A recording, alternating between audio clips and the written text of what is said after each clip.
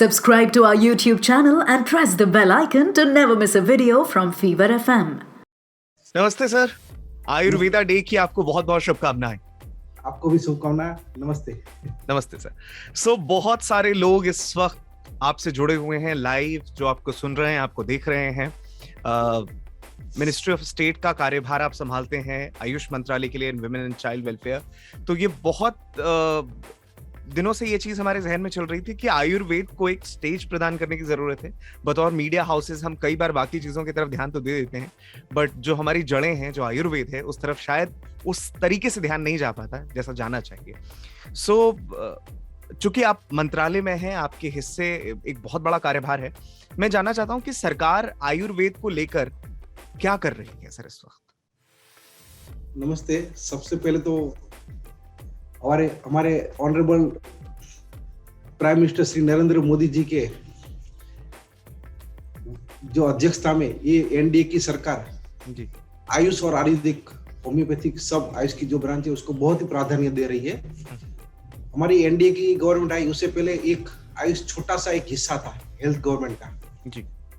जैसे मोदी जी आए तो पहले 2014 में एक आयुष मिनिस्ट्री इसको नेम दे दिया और उसके बाद उसका एजुकेशनल स्टैंडर्ड, उसकी जो इंस्टीट्यूट है उसको अपग्रेड करने के लिए, साइंटिफिक रिसर्च के लिए बहुत ही अच्छा काम किया। और एक पहले तो नेशनल आयुष मिशन जी एक गठन किया। तो उसे क्या फायदा हुआ नेशनल आयुष मिशन की 150 बेडेड इंटीग्रेटेड आयुष हॉस्पिटल हम सपोर्ट कर रहे हैं अभी जी।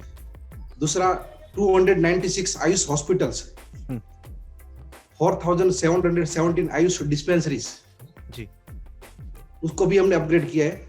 सर मैं कुछ वीडियोस देख रहा था जहां मुझे ये बात पता चली। मैंने देखा कि कई सारे ऐसे लोकल लोग हैं जो इन भारत की धरती आयुर्वेदिक खजानों की धरती है, कई सारी जड़ी बूटियां हैं हमारे यहाँ।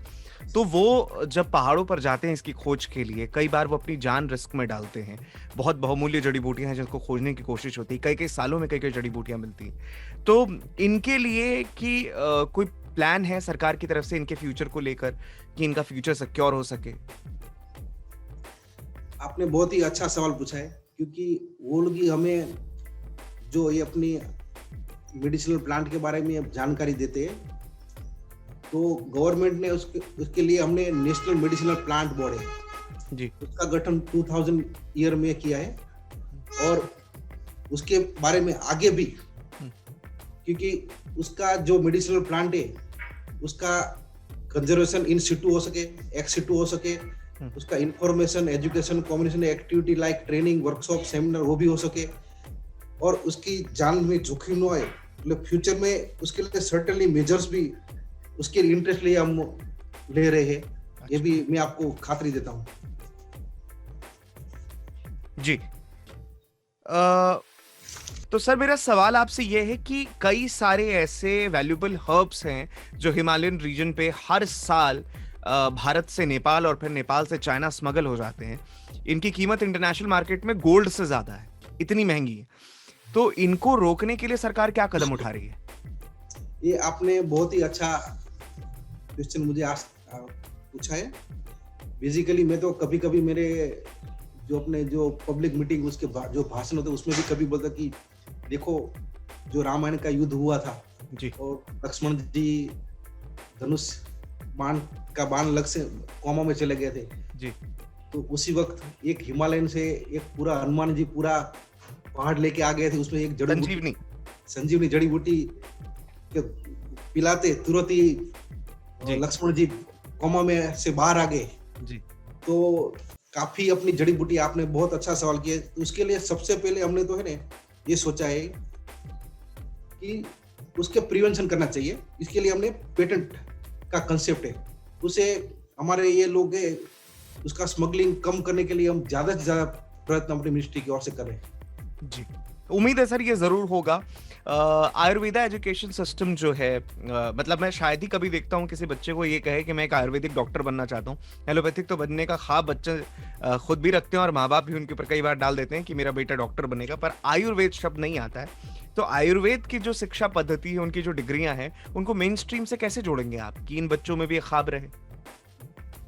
पहले तो मैं तो एक एलोपैथी डॉक्टर हूँ जी। वो भी अपनी मेडिसिन हूँ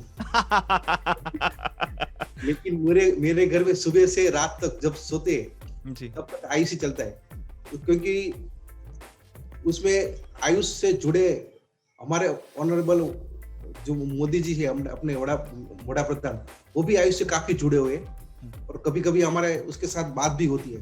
तो हम बहुत ही अच्छा, हमारा 1-2 मीटिंग भी हो गया हेल्थ मिनिस्ट्री से, एक इंटीग्रेटेड मेडिसिन ऐसा एक कंसेप्ट आया है।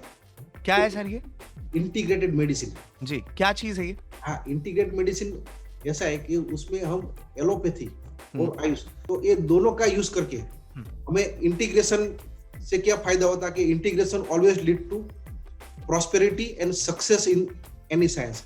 तो ऐसे हम एक इंटीग्रेटेड मेडिसिन से पब्लिक को दोनों स्ट्रीम का, जो अपनी मॉडर्न मेडिसिन से उसका भी और अपना आयुष दोनों का ऐसे अच्छा फायदा मिलेगा। जैसे ये सामंजस्य है दोनों चीजों का। हाँ, मतलब दोनों का एक साथ में मिला के पब्लिक के फायदे के लिए हम एक हेल्थ मिनिस्टर के साथ 2 मीटिंग भी हमारा हो गया। क्या बात है, बहुत उम्दा सर। आपने जो आंकड़े बताए, उन सारे आंकड़ों से ऐसा लग रहा है कि आयुष मिनिस्ट्री और भारत में आयुर्वेद का जो भविष्य है वो सही दिशा में जा रहा है, कि मुझे नजर आ रहा है। तो सर, हम युवाओं के साथ जुड़ते हैं, हमारा काम युवाओं के साथ थोड़ा ज्यादा हो जाता है। बतौर रेडियो स्टेशन हमारी जिम्मेदारी बनती है कि युवा जो संगीत सुनना चाहता है, हम उन तक वो गाना पहुंचाते हैं। तो संगीत के माध्यम से ही आयुर्वेद की जो पद्धतियां हैं, आयुर्वेद को समझने के लिए उसे इंफीरियर ना समझते हुए ये समझना जरूरी है कि आयुर्वेद की जड़ें कितनी गहरी और कितना गहन विज्ञान है ये। तो इसके लिए हमने एक एंथम बनाया है। अगर आपकी अनुमति हो तो आज इस प्लेटफॉर्म से हम इसे ऑफिशियली लॉन्च करना चाहते हैं। मैं आपको परमिशन देता हूँ कि आप ये एंथम को स्टार्ट करें, उसके लिए मेरा आपको पूरा सपोर्ट है।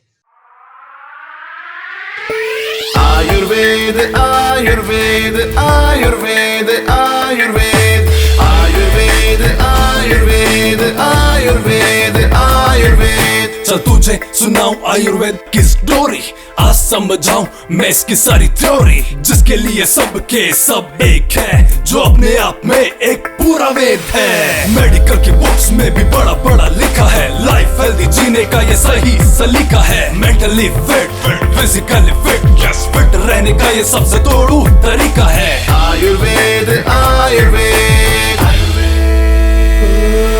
शुरू हुआ अपने देश में, अब दूसरे देशों ने भी सीखा है। इंडिया का हर घर जब आयुर्वेद होगा, तभी देश का कमबैक शुरू होगा। आयुर्वेद आयुर्वेद आयुर्वेद आयुर्वेद आयुर्वेद। मुझे एंथम बहुत ही अच्छा लगा और ये एंथम सच में अपने युवा के लिए, मैं भी एक प्रोफेसर ऑफ मेडिसिन हूँ, मेरे बच्चे भी युवा है, युवा के साथ काफी जुड़े और मेरा कॉन्स्टिट्यूशन में भी युवा लोगों ने मुझे बहुत ही ऐसे इतने वोट दिए हैं। युवा ऑलवेज मेरे बॉटम ऑफ द हार्ट में रहते हैं और मैं युवा को भी अपील करता हूँ कि आप सब लोग भी अपना जो परंपरागत ये मेडिसिन है, आयुष स्ट्रक्चर, उसमें आप अपनाइए। और सब लोगों में ऐसा भी रिक्वेस्ट करते हैं, अपना योगा है, योगा ये not only physical but physical as well as mental wellbeing के लिए भी ये बहुत ही जरूरी है। तो आप सबको मैं रिक्वेस्ट करता हूँ कि आप आयुष प्रैक्टिस की ओर आओ और छोटी मोटी बीमारियों में आयुष से ही आप, क्योंकि ये बहुत ही चीप मेडिसिन है और मोस्टली विदाउट साइड इफेक्ट ही है। तो ये मेडिसिन का आप सर्दी है, जुकाम है, डायरिया, उसमें आप यूज करो और इम्यूनिटी बूस्टर से अजय देखो, अपने कोविड के पेंडेमिक के वक्त में हम लोगों का इम्यूनिटी काफी डाउन हो गया था, तो ये काफी जगह में हमने ये कोविड का ये आयुष का मेडिसिन का यूज किया था कोविड के साल वक्त में। तो अपना इम्यूनिटी बूस्टर के लिए भी आप आयुष मेडिसिन यूज करो और साथ में सब लोगों को मैं योगा के लिए भी सबको रिक्वेस्ट करता हूँ। Sir, thank you so much कि आप जुड़े, अपने कीमती वक्त निकाला आपने और आप हमारे साथ यहाँ पर हैं। बहुत अच्छा लगा आपसे बात करके। आज नेशनल आयुर्वेदा डे है। जो लोग आपको सुन रहे हैं उन लोगों तक आपने अपना संदेश पहुंचाया। आप दिल खोलकर अपने सारी बातें अपनी रखिए यहाँ। आयुष मंत्रालय के लिए हमारी तरफ से सारी शुभकामनाएं हैं। बहुत बहुत थैंक यू सर।